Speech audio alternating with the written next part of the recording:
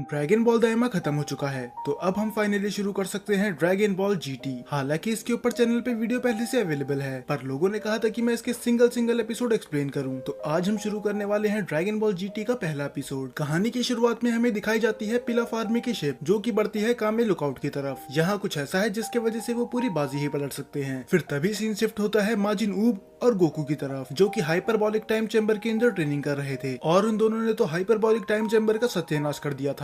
यहाँ तक कि उनके की ब्लास्ट उस डायमेंशन से बाहर आ रहे थे। डेंडे और मिस्टर पोपो बोलते हैं कि हमने तो ये स्पेशली इन दोनों के लिए ही बनाया था, पर फिर भी देखो इनने इसका क्या हाल कर दिया, जिससे हम बता सकते हैं कि गोकू पहले से 1000 गुना ज्यादा पावरफुल है। और बस इतना ही नहीं, उनके अटैक ने तो पिलफ आर्मी की भी नाक पे दम कर दिया था। अगर की ब्लास्ट जरा सा इधर उधर हो जाता तो उनकी जान भी जा सकती थी, पर इस बार वो पीछे हटने से मना कर देते हैं, क्योंकि किसी भी कीमत पे उन्हें उस टेंपल के अंदर जाना था। पर किसी तरह वो फाइनली वहाँ पर पहुंच ही जाते हैं। पर उसी वक्त गोकू और रूब अपना स्पेशल अटैक करते हैं और पूरे कामे लुकआउट का सत्यानाश कर देते हैं। फिर हमें दिखाया जाता है कि आखिर पिलफ आर्मी इधर आई क्यों है। दरअसल अब वो हार के परेशान हो चुके हैं, तो अब वो हासिल करना चाहते हैं दी अल्टीमेट ड्रैगन बॉल्स, जिसकी मदद से वो फाइनली पूरी दुनिया में कब्जा कर लेगा। और वो इस बार तब तक नहीं रुकेगा जब तक वो पूरी दुनिया पे कब्जा ना कर ले। उसके बाद हमें दिखाया जाता है कि गोकू और रूब दोनों बाहर आ चुके हैं। दरअसल अब ये 5 साल बाद वापस आए हैं। अगर आपको याद होगा तो ड्रैगन बॉल जी के एंड में गोकू ऊब को लेके चले गया था, जो ठीक उसके बाद ये अब वापस आ रहा है। पर जरा सोच के देखो कि अगर इन्हें 5 साल हो चुके हैं तो हाइपरबॉलिक टाइम चैम्बर में इन्हें कितना टाइम बीता होगा।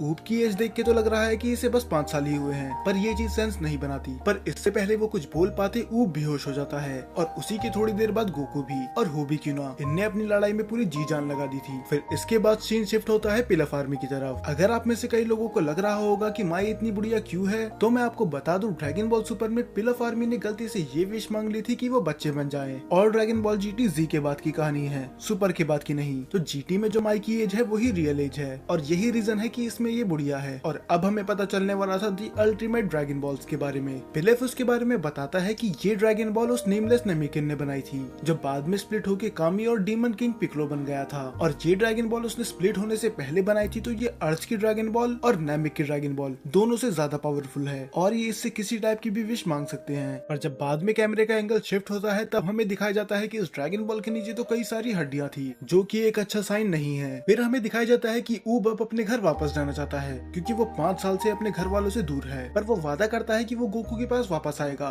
फिर से ट्रेनिंग करने के लिए, और वो उसे थैंक्स भी करता है क्योंकि गोकू ने उसके परिवार की बहुत ज्यादा मदद करी है और उसे ट्रेन भी करा है। पर गोकू बोलता है कि थैंक्स बोलने की कोई जरूरत नहीं है, क्योंकि मुझे भी तुम्हारे साथ लड़के बहुत ज्यादा मजा आया। और ऊब वहाँ से चली जाता है। तब गोकू को याद आता है कि घर पे उसकी भी बीवी और बच्चे हैं, और ये चीज इसे 5 साल बाद याद आई। तो वो बोलता है कि मुझे भी घर जाना चाहिए चीची के पास। गोकू जाने